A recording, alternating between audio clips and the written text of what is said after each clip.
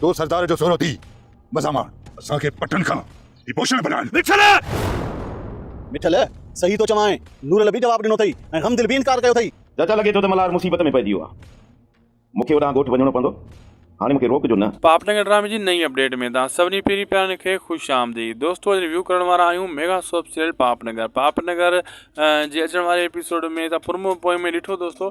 हाणे जेको आहे घड़ी घड़ी मंठार तव्हां इहो ज़रूरु नोट कयो हूंदो त थोरो घणो को बलाज खान ॻाल्हाईंदो आहे त उन ते हथियार सिधो कंदो आहे। ईअं मिठल ते बि मिठल ग़लति ॻाल्हायो कंहिंखे बलाज खान खे, छो त बलाज खान रिश्तो घुरंदो आहे। मुंशी चवंदो आहे त पंहिंजी धीउ जो रिश्तो बलाज खान खे ॾे त हिते हू कावड़ कंदो आहे त इन ते हथियार कंदो आहे सिधो मंठार। इहो टरड़े माण्हू जी निशानी हूंदी आहे नंढी नंढी ॻाल्हि ते हथियार सिधो करणु। ऐं हिते कंदो त कुझु न हथियार हेठि ई कंदो आहे, वापसि मारे न सघंदो आहे। बहरहाल हिते जेको आहे बलाज खान खे अंदाज़ो लॻी वेंदो आहे त मल्हा इहो मिठल कॾहिं बि सिधी नीयत सां मूंखे रिश्तो कोन ॾींदो। राबेल जो को नओं तरीक़ो करिणो पवंदो हाणे।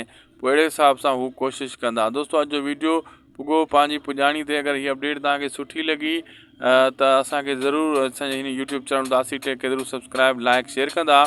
हाणे मिठल जी धीउ खे अगवा कराईंदो बलाज खान इन मुंशी मखणे जे हथां। इहो अचण वारे एपिसोड में तव्हां सीन में ॾिसंदो त पोइ राबेल खे क़ैद कयो वेंदो। हाणे मल्हार अकेलो पइजी वियो आहे त शेरदिल बि हिते हाणे पुॼंदो पंहिंजे चाचे खां इजाज़त वठी करे कीअं बि करे।